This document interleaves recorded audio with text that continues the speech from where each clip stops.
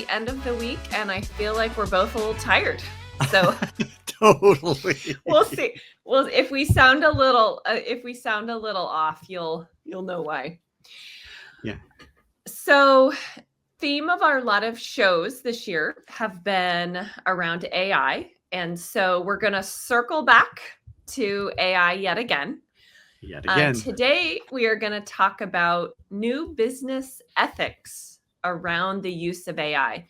And I think one of the things that would be interesting for us to unpack today, at least for me, and I think would be interesting to our listeners, is exploring how businesses can balance innovation with ethical responsibility. And I think that's a really, really hard thing to do, especially when the regulations vary so much, for example, between the United States and Europe. Europe has many more regulations and restrictions, and the US currently is more just innovate, break things as you go, and we'll figure it out. Yes. So, I've got a few kind of topic buckets for us to speak through. So maybe let's start with go ahead. Well, actually, let me just give credit. I want to give a shout out to Heidi Landry, the CPO at J&J for J&J's MedTech business. This idea sort of originated, well, it did originate with her, and it got me really thinking, because we were looking at some really interesting AI startups recently. And actually, shout out to Flip-Through and Erwin, the founder there. He has this amazing AI agent that listens into your conversation and gives you advice, negotiating advice. And if you haven't seen it, it's hard to do justice, especially if you're not looking at it. But if you haven't seen it, reach out to him, and it just like mind blowing. And say his name and company again for our listeners. I'm gonna butcher his last name, but it's Erwin. Let me see if I can. ERWAN Kuzbot. I hate saying that, but because I don't really know how to pronounce it, but Erwin Kuzbot. He's the co-founder and CEO at Flip-Through, which is brand new AI startup, and so he's got. It's brilliant. It's just a brilliant little thing. They're still new to the market and everything, and so. But he was showing that to some of the folks at J&J, and Heidi. We were debriefing the session. She says, it's amazing, but what about the ethics of this? Because in many states here in California, certainly, if you are recording somebody, you have to have their permission. And so that's why when you do Zoom and a lot of these things, they just regardless tell you or make you accept or acknowledge that they're recording. But this example sort of skirts that, because it's not recording, it's listening in the background and feeding you information to make you a better negotiator or to have a better outcome. And she asked a very thoughtful and insightful question of, well, what's the ethics around that? And it is a good ethical question, because then it started a discussion about how many times have, or at least some discussion amongst the consultants who have sat in the background or sat off screen or listened in on conference call negotiations and been writing things or whispering in the client's ear. So there are some, so that sort of got us down the path of the ethical questions. And then just the other sort of piece is that's related to that discussion. So that's go to one thread of like, how do you really think about, like, is that ethical? At what point does it not become ethical? And then the flip side, or the other thing is, I'm sure you see this all the time, Sarah. You get on a conference call and somebody has their note taker there and is always taking notes. And what's the protocol of saying, no, turn that off? Or are we asking, or do we just assume that it's okay that the little note taker is there? And I think for me, this is where it really becomes fascinating. So for the note-taking piece, we've talked about this before. I use Fathom, FATHOM, and I have it connected to Zoom and I run it on all calls. So it provides the recording, the high level takeaways, recap, transcription. So it's like all things that you would ever need for the invite. Now, I don't ask for permission, but I do have it publicly showing that it's joining the meeting and that it's there. To me, I think the bigger concern would be if you're running it and it's not publicly obvious or known that you're actually doing it. Right. So I have had people, doesn't happen often, but I have had people say, I see that you're running a note taker. I'd like to have, can you please turn that off for this call? Yeah. And so, but because it's obvious and it shows that it's Fathom and it's recording and it's joining the meeting, I personally feel comfortable with that. And I'm comfortable when other people do that as well, because I have transparency, because I can see that they're running a note taker and a recorder. Okay. So, yeah, that's interesting. Yeah. And I think these are the questions that we have to talk about, because as we talk about professionalism, like showing up on time or showing up early or not interrupting, like these are some of the professionalism ethics things that we don't have, I hate to say, but best practices for. Mm-hmm. So, and I have Irwin's, the Flip Through website pulled up. It's flipthrough.ai for those that want to check it out, but I have it bookmarked.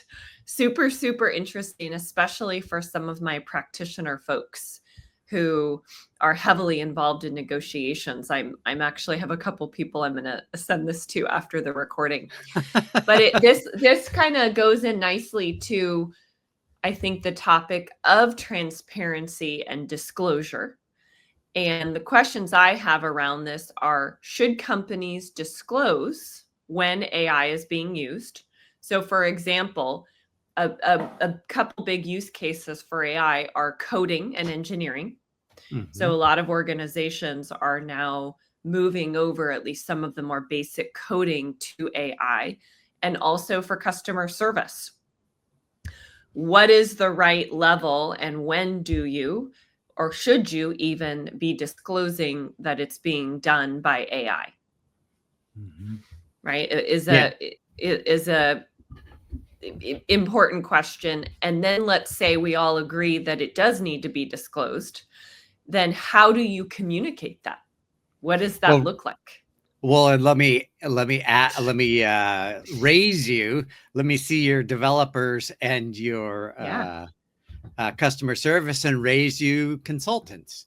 If you're paying me to write your report and the AI generates it, what were you exactly paying me for? Just to proof it, to edit it? And I think you start kind of going down the line, or somebody hires you to do a marketing plan, and all you do is go to ChatGPT and say, give me a marketing plan. You write some really extensive prompt, but it takes you like 5 minutes, but you charge, I don't know, 50 grand.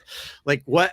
And I'm not saying right or wrong, because maybe that 50 grand is for you to socialize it and do this and do that and tweak it. But these are the ethical, but again, in that example of the marketing report, do you have to disclose that you wrote it like with AI, or do we just assume everybody writes everything with AI now?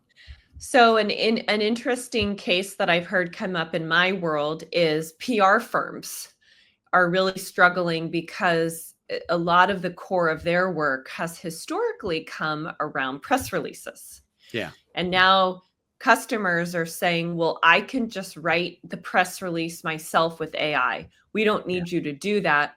So we want you to lower your pricing by X, Y, and Z. And PR firms are struggling with what do you say? Where do they add value? How does that work? And so one of the things I've heard some firms doing is they'll say, use AI to do 80% of the work. So build out the basics, feed it the prompt, do your, outline, get a draft together, and then we will do the last 20%. we will do the tweaking and refining and add our strategic value once you have the draft created.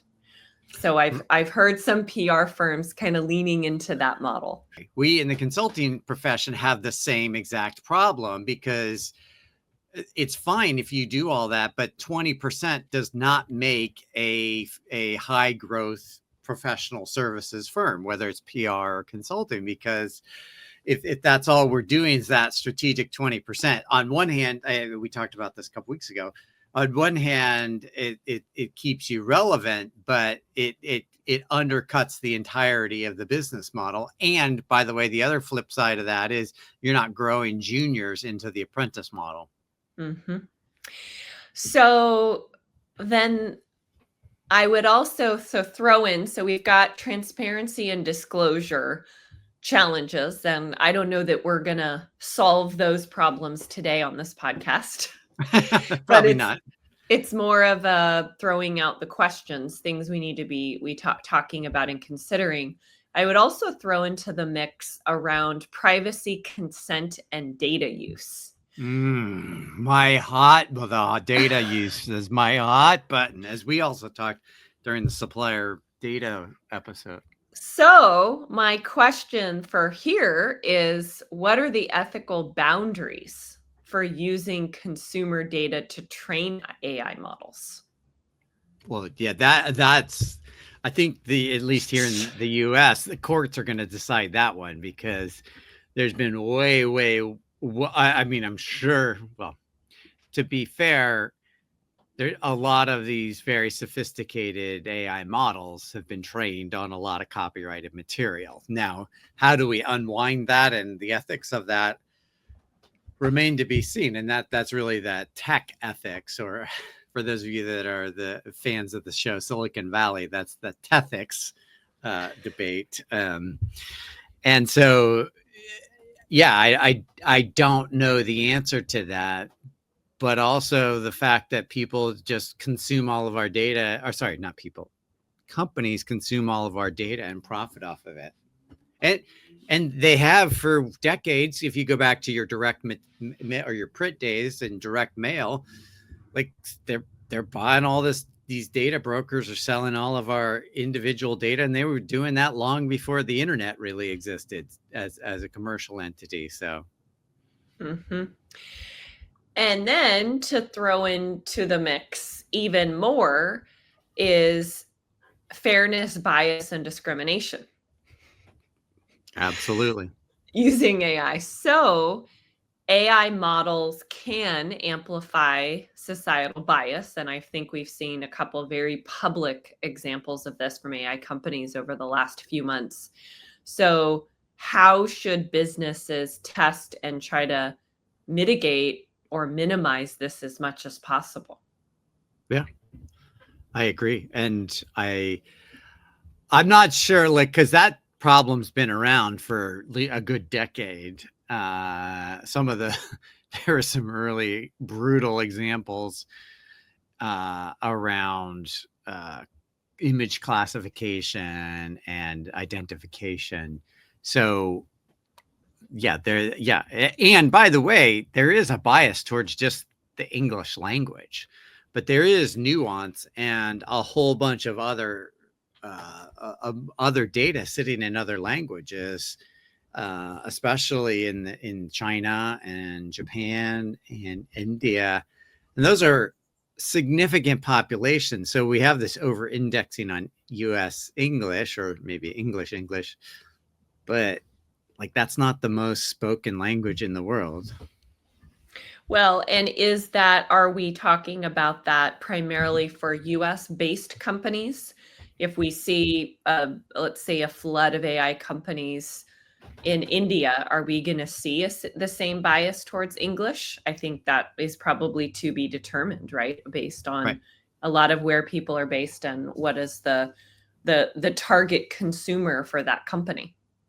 Right. And look at like the DeepSeek and some of these Chinese-based AI companies, like maybe they don't even need to get into the English market. Maybe they are very, very successful on their own without like trying to hold both markets, at the same time.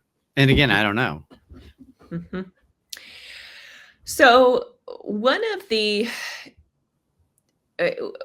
another, I know we're kind of bouncing around here. I've got all my random notes of topics things that I've come across or seen.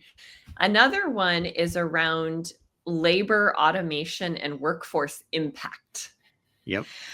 And the ethical concerns around involving AI in some of or a significant part of the job hiring process and or job displacement. So looking at companies who are starting to, you're seeing a lot of, not a lot of, but you're seeing a fair amount of, I call them CEO memos, where they're kind of preaching out the latest kind of vision or philosophy. And you've seen CEOs publishing, saying that we're an AI first company. Mm-hmm. Right? And what does that actually mean? Does that mean we now value and care about AI more than we do employees and more than we do our workforce?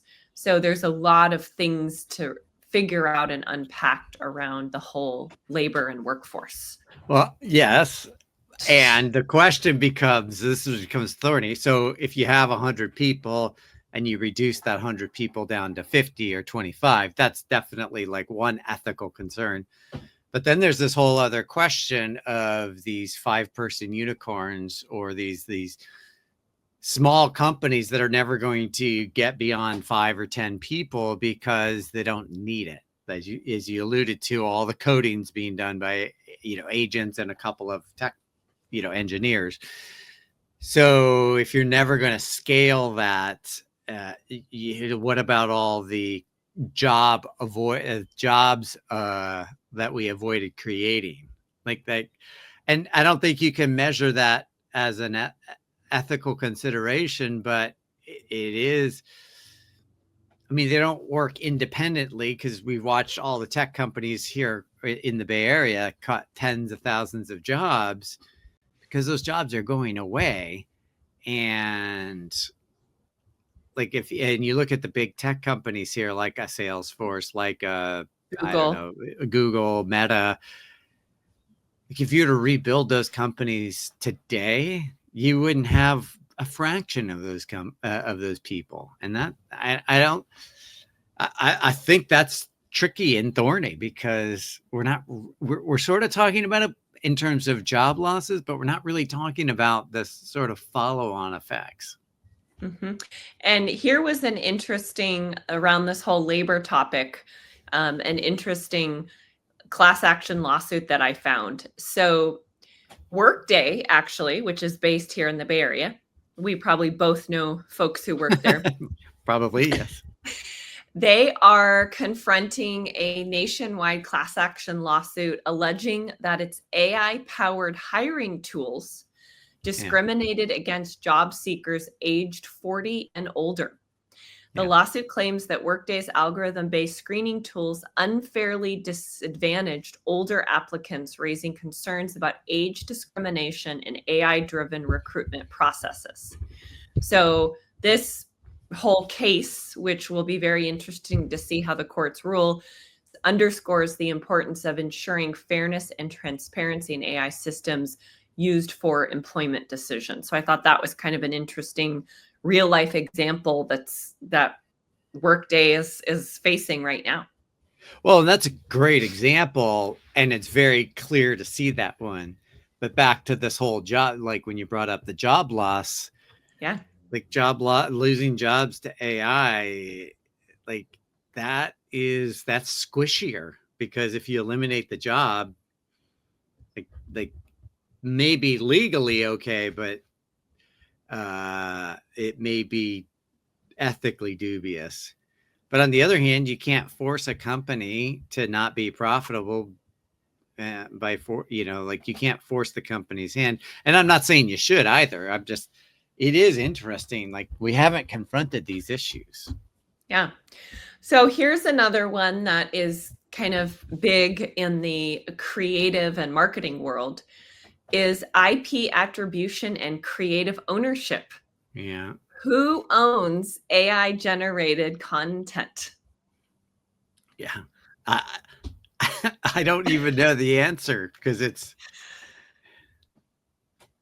And so then there's this whole debate now around crediting human creators, like yeah. in I'm going to say the old days where we have, large organizations, that's how they make their money, where they have millions of photos and you go in Yeah. and purchase credits and you download photos, or stock photography, for example. Now with AI, you can absolutely bypass that. They'll provide, in some cases, actual real photography. In some cases it's a drawing or a character. And then who do you cite or credit when Yeah. you're using it? Yeah. Exactly. And I not to give too much away, but I was working on a thing that I'm uh, uh, a commentary on the Torah for my Jewish services tonight, and I'm using Rabbi GPT, and I can't like get it out of my head that I can't. I mean, I'm quoting it, but I can't cite it Yeah. because it's not really. And I've been. It's just funny you mentioned that because I've been struggling with this all day, literally today, because it's like I don't know what I'm citing. Yeah, it's and some of the ad platforms like Meta, for example, they have these things that they're building that will flag in the ad if they feel, or somehow, I don't know what their internal tracking is, if they feel that it was AI generated. If a certain percent of the content or the imagery was created by AI, they're putting some sort of tag on it and publicly flagging or announcing that. And so that's interesting that we're seeing that trend, because people aren't crediting anything. And I guess Yeah. that they feel that they want to warn people that a portion of whatever was created is AI generated. Yeah, I'm just struggling. I'm just struggling. So, um, other topics around this that I feel like are coming up is the whole sustainability and resource use tied to AI, which goes back to a lot of the energy and power consumption topics that we've discussed in a couple of our data center episodes. But what is the trade-off? Because we're pushing hard for innovation here in the US, but then you're having this whole sustainability impact, and you have more communities now rising up and saying, we don't want data centers in our community. Yeah. Like, we don't feel that there's a valuable trade-off, right? They're thinking that it's going to be very few jobs. It's going to be mostly run by people virtually, or a lot of robotics involved. And so there's not a big upside there. And so they don't want the impact for the environment in their community. So that's a whole nother thing that we have to think about and talk about as it comes to AI, is what does that carbon footprint look like? Well, and also it's interesting because there's a very clear corollary back with the whole fracking uh, debates, issues, etc., that really took hold in the early 2000s. And because again, there's a lot of environmental degradation, and I can't think of the right word. I want to say poisoning, but certainly implications. Mhm. Poisoning is too hyperbolic, but though may be true. Um, but you have these concerns, and then you ultimately you dig a well, or you dig, and then it just becomes pretty much automated revenue source for whomever owns the land. And so it becomes like, it's similar, like you could see the data center be built out, and a handful of people work there and makes a lot of money for somebody, but not the local community. Mm-hmm. So I guess we're just talking about a lot of questions. We're not giving a lot, I a lot. I don't know that And we I'm have answers. I don't know anybody have answers. Yeah, I think this is more all these are all the things that are happening and things that are important for all of us as a collective community to be thinking about. And, as a society, we're going to have to work together to figure out how to solve this. But I would just close out with, I think, just a couple, final reflection questions is how do companies build public trust in their use of AI? And I think this is something important that people need to really talk about and have a conversation about. And when I was at the Data Center Expo, something that came up multiple times in the sessions I attended was companies having AI councils internally where they have representation from all the key stakeholders and internal teams and business units. And then somebody very senior in charge of running the council, but really kind of setting what is best practice and what makes sense for our company.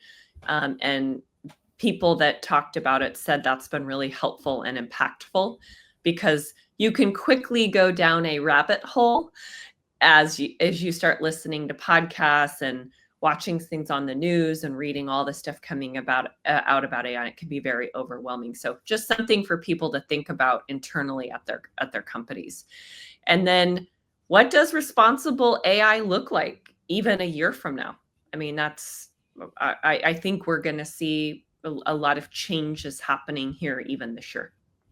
Well, and presumably regulatory oversight should be coming. Maybe not as quickly here in the U.S., but certainly the EU's been on top of this. China's been on top of this. So I would expect that we'll see more of that. But you also can't just use that as a defense to do nothing, because this world is moving and it may get bumpy for a while, but this is clearly the direction of travel. Yeah. So if you have strong thoughts or opinions about this topic, drop them in the notes on YouTube. Definitely something we'd like to collaborate and get additional perspective on.